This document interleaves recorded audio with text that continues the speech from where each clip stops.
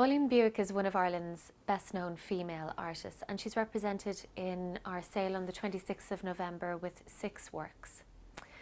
Pauline was reared in Kerry, and she travelled around England with her mother in her early years, living in various alternative dwellings including a houseboat.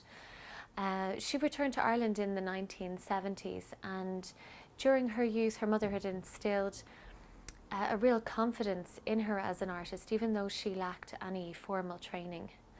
From 1974 she worked in her studio in Kerry, where she lived with her family, and from the 1980s she was the subject of various retrospective exhibitions.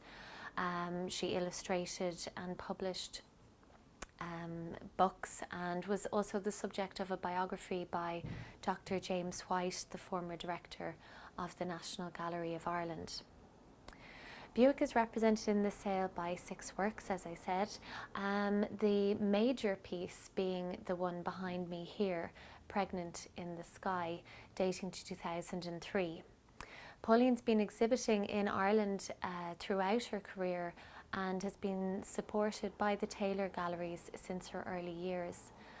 In 2003 they hosted a major show of her new works, and this piece behind me here is an example of one of the leading pieces from that show.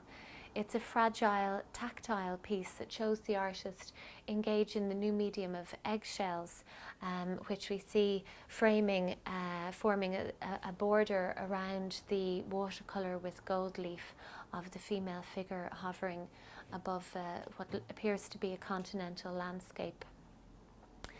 The Taylor Galleries celebrated the artist's 75th birthday in 2011, and she had a hugely successful solo show there that year. Another example on the other side here dates to 1996 and is a watercolour that sees the artist treat the same theme again in a different medium, pure watercolour over pen and ink.